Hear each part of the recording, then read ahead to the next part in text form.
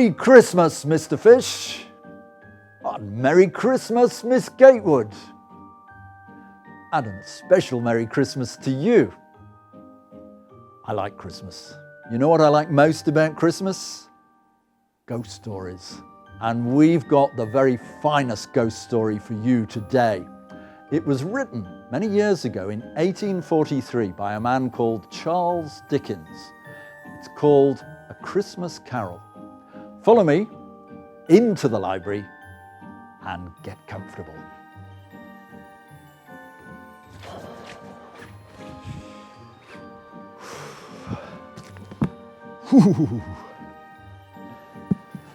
Right.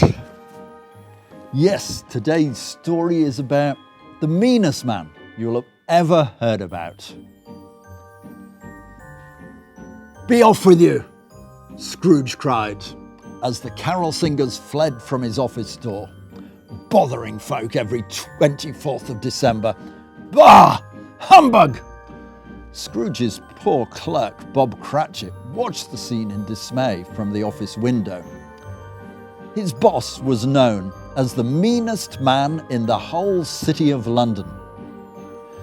Begrudgingly giving Bob the whole of Christmas Day off, the miser trudged homeward through the snowy streets. As he turned the key in his front door, Scrooge was bewildered to see the knocker transform into the head of his long-dead business partner, Jacob Marley. Humbug, Scrooge muttered. It must be a trick of the light. But he had to change his mind later that evening when Marley's ghost walked in through his bolted sitting room door and warned, "You will be visited by 3 spirits this night, Ebenezer. This is your one chance to save your soul." At 1 o'clock in the morning, Scrooge was visited by the first of the spirits, the ghost of Christmas past. "Journey with me into your past," said the spirit. The next moment, Scrooge found himself standing outside his old school. The boy Scrooge had once been sat alone at a desk. "Poor motherless child," muttered Scrooge, abandoned by his father, his only friends the characters in his books. With a wave of the spirit's hand, time moved on, and Scrooge witnessed the breakup of his engagement. "Gold has taken my place in your heart, Ebenezer," cried his fiancée. Suddenly, Scrooge was back in his living room, confronted by the ghost of Christmas present. "You have never seen the like of me before," exclaimed the spirit. "Take me where you will," said Scrooge. "I'm ready for my lesson." Gripping the spirit's robe, Scrooge was transported across the rooftops of London. "See down there how your clerk, Bob Cratchit, and his son, Tiny Tim, managed to make a Merry Christmas," said the ghost. "Poor as they are, they have more than your money and gold could ever buy." Scrooge and the spirit watched the Cratchit family gathered for their Christmas dinner. "God bless us, everyone," cried Tiny Tim. The skies darkened, and Scrooge turned to find himself in the presence of the ghost of Christmas yet to come. "Have you come to show me the things that will happen if I do not change my ways?" asked Scrooge. The silent spirit merely nodded its hooded head. The scene shifted, and Scrooge saw a heartbroken Bob Cratchit sitting holding his dead son's wooden crutch. "My little child," sobbed Bob. Next, the ghost showed Scrooge his own grave, an unkempt, desolate stone, forgotten by all. "Hear me, spirit," wailed Scrooge. "I'm not the man I was. I will change." As he said these words, Scrooge found himself back in his bed on Christmas morning. "I will honour Christmas in my heart and try to keep it all the year round," he declared. "I will live in the past the present and the future. Scrooge was better than his word. He raised Bob Cratchit's salary and helped Tiny Tim have a long and healthy life. And it was always said of Ebenezer Scrooge that he knew how to keep Christmas well. May that truly be said of us all. As Tiny Tim declared, God bless us, everyone.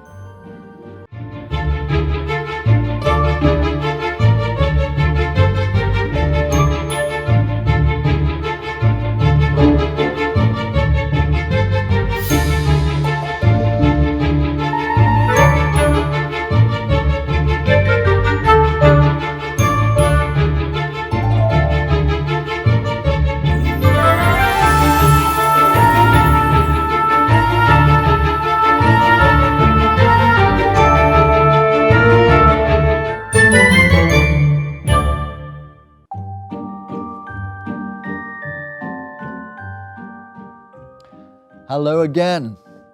Do you remember Jack?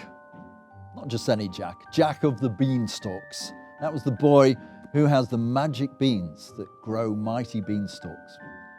I wonder what he's doing this Christmas. Shall we find out? The snow fell thick and fast in the land of the blue moon where Jack lived. Jack of the Beanstalk woke early on Christmas Eve to find the snow piled high around his cottage. Looks like it's going to be a very white Christmas, chuckled Jack. It took him all morning to clear a path to his front gate. Cinderella, Tom Thumb, and Red Riding Hood, his best friends, arrived shortly after to go carol singing. Trudging through the snow, the friends sang carols at each house in the neighbourhood. Hark the Herald Angels Sing, Silent Night, and Away in a Manger were Jack's favourites. The snow clouds hung low in the night sky, blocking out the light from the moon and the stars. Jack and his friends were worried that Father Christmas might not be able to find them through the thick clouds. It would be terrible if Father Christmas flew right over our land, said Cinderella. To cheer themselves up, they decorated one of Jack's mighty beanstalks that stood near his cottage. Father Christmas was having trouble trying to find the land of the blue moon. As his sleigh flew across the sky, he could only see clouds below. Then Donna, the leading reindeer, spotted the tip of the beanstalk poking through a cloud. He stopped to nibble at it. That gigantic beanstalk could only belong to one person, smiled Father Christmas. A short time later, Jack and his friends got a shock as the beanstalk shook and shivered, and they heard someone climbing down from above. I hope it's not a giant, said Red Riding Hood. The friends were delighted when Father Christmas climbed down from the beanstalk. The beanstalk acted as a good signpost to your land, he laughed, handing out presents from a huge sack. Merry Christmas, everybody. Merry Christmas.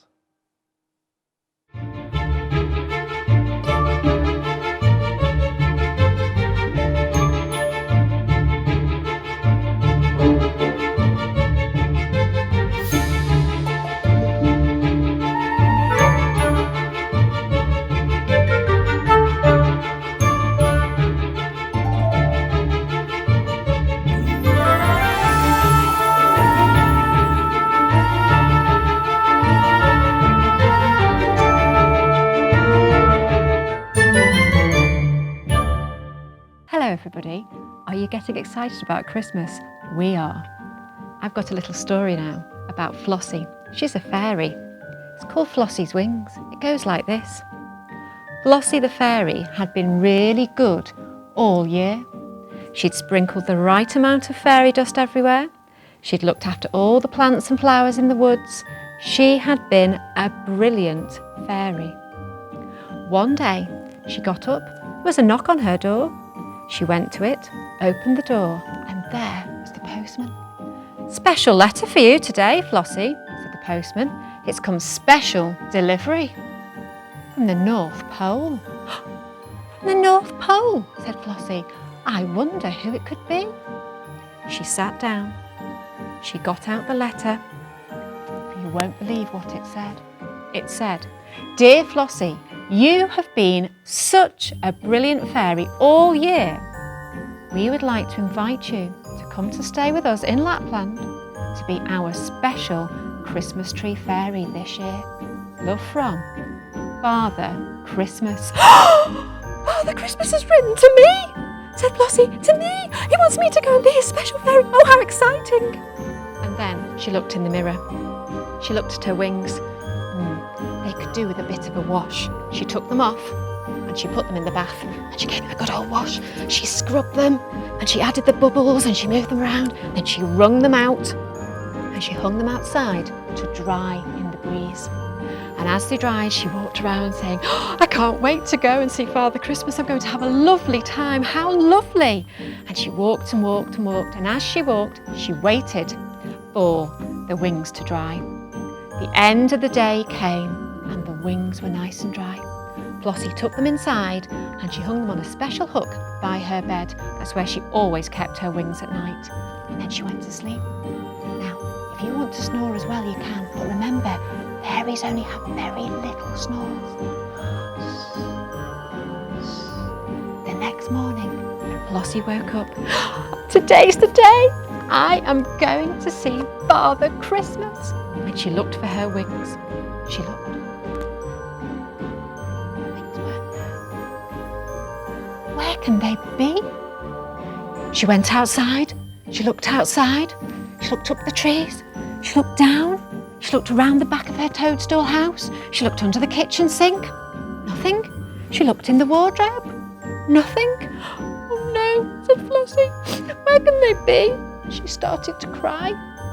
I know, I'll go and speak to the unicorn in the middle of the woods. And so she set off and she couldn't fly. She had to run. She ran as quickly as she could. And she saw the unicorn under his special tree. Hi, she said, can you help me? Oh, hi, Flossie, how are you? I'm not very good. Why, what's the matter? Father Christmas has asked me to go and be a special fairy. Well, that's great news, said the unicorn. Well, it would be, but I've lost my wings. I gave them a wash and I don't know where they are. Don't worry, said the unicorn. I'll sort something out. Don't worry, you'll still be able to go. Calm down. And so the unicorn walked around and around his tree. And as he walked, silver glitter and sparkles and lovely lights came out at the end of his horn. And eventually he came back round, and there, draped across his back, was a beautiful pair of fairy wings that anybody had ever seen. Are they for me? Said Flossie. They are, said the unicorn. If you have been so good that Father Christmas has invited you, you must have been the best fairy ever. It's only the best wings for you. Flossie put them on. They looked amazing. She took to the sky and she flew and she flew and she flew and she flew. The air got colder. There was snow everywhere. And eventually she saw a little cabin all by itself in the middle of the snow. She knocked on the door. Do you know who answered? Father Christmas. He opened the door and there was Flossie. Oh, Flossie, he said, I'm so glad you made it. You've been such a fabulous fairy this year. Thank you so much for coming. Oh, thank you so much for inviting me, said Flossie. I'm really looking forward to being your fairy. You're very welcome. You deserve it. And so Flossie spent that Christmas with Father Christmas in his little log cabin, and she was the best Christmas fairy that has ever been, because she had the best little wings. Isn't that a lovely Christmas story? And do you know, if you would like another Christmas story, there's another one coming right up. And somebody else who you probably know just as well. So, shall we say goodbye to Flossie and to Father Christmas? And we'll see you all very, very soon.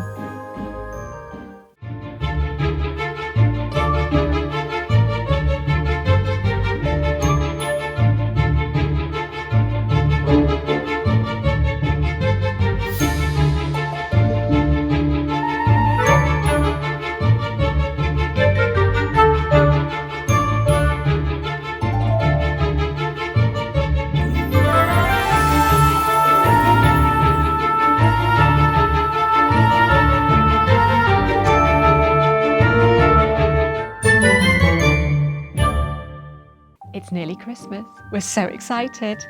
And now I've got a story for you. It's about Father Christmas and somebody else that you probably know quite well. Now, as you know, this is a very busy time of year for Father Christmas. He's been busy getting lots of toys and games ready and packing them in his sack. Well, he was busy in his work shed, getting all the things in his sack, when somebody came in to see him.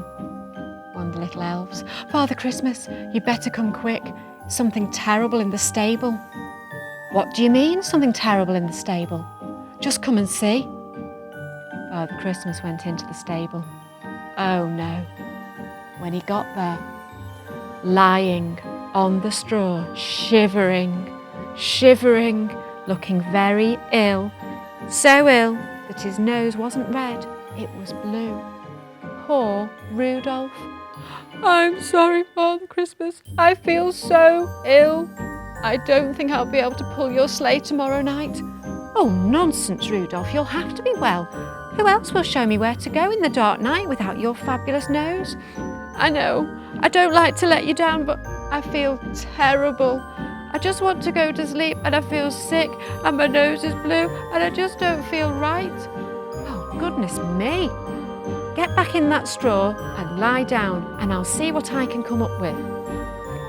Poor old Rudolph lay down. "What will I do?"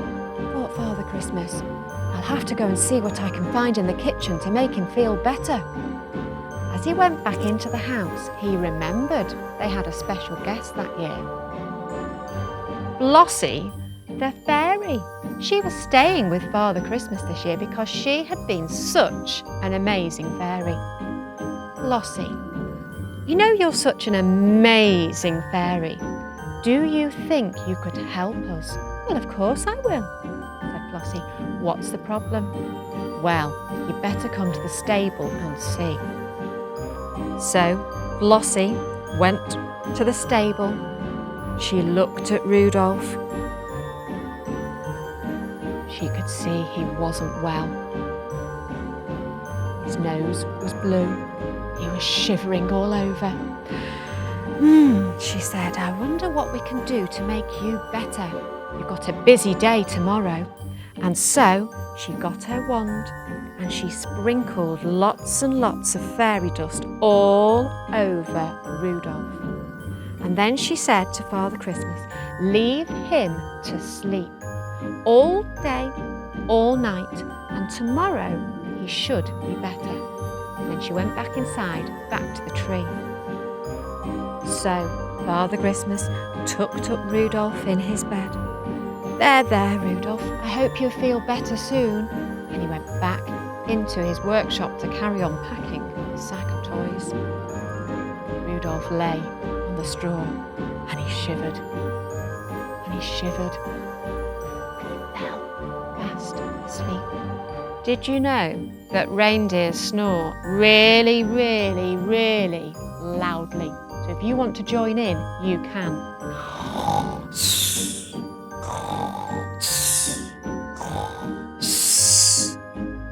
Rudolph snored and snored and snored and snored and snored and snored and snored some more. He slept all day.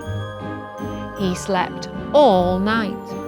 And the next day, he woke up. Father Christmas had been very worried all night.